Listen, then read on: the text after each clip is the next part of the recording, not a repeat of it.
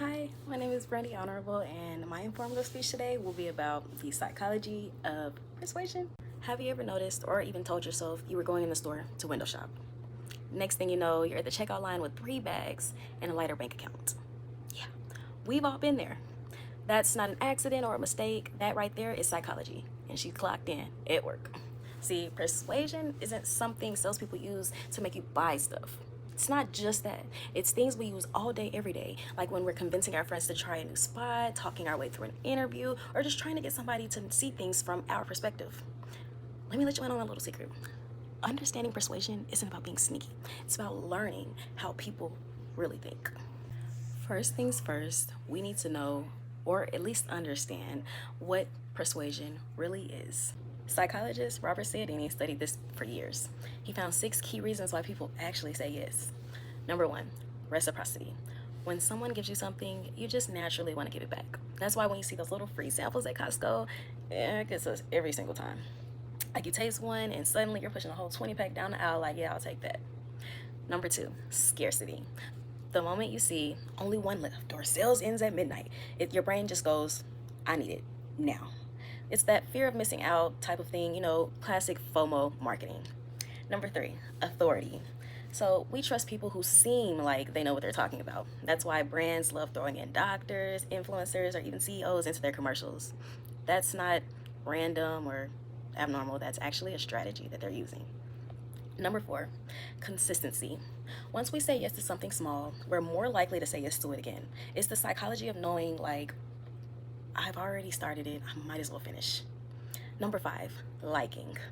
People buy from people who they like. That's why great salespeople smile, find common ground, or even mirror your energy. It feels familiar to you. That's why they do it. And number 6, social proof.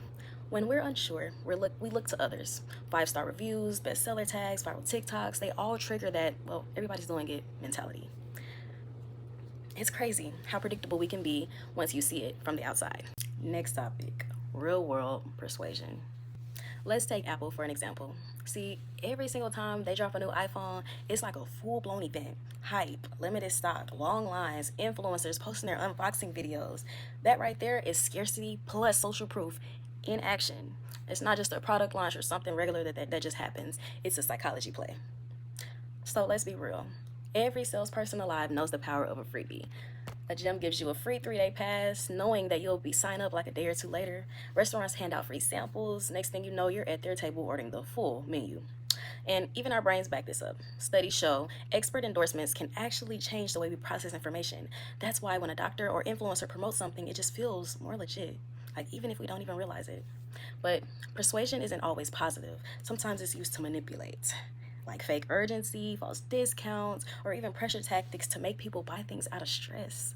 And that's why learning about persuasion is super duper powerful, because it helps you spot the difference between being inspired or just being played. How to use persuasion with purpose. Here's the truth. Persuasion is not a bad thing. It's just a tool. And just like any other tool, it depends on how you use it. Use persuasion to inspire, to connect, and to communicate, not to control. If you believe in what you're saying, people will feel that. Real persuasion comes from authentic energy, not pressure. And when it comes to protecting yourself, the best move is awareness. The moment you feel rushed, pause. If it seems too good to be true or even too urgent, that's your cue to think twice about your decision, because someone's using a persuasion tactic over you. The more you understand how persuasion works, the more power you actually have over your own decisions, and the more confident you become in how you influence others, actually. So, in closing, the psychology of persuasion is not just about sales. It's about understanding people. Once you actually see how influence works, you stop falling for the game and start mastering it. Persuasion is everywhere, in business, relationships, leadership, and when you use it with honesty and purpose, you don't just make sales, you make an impact. Because the real power isn't just about getting people to say yes, it's about helping them want to.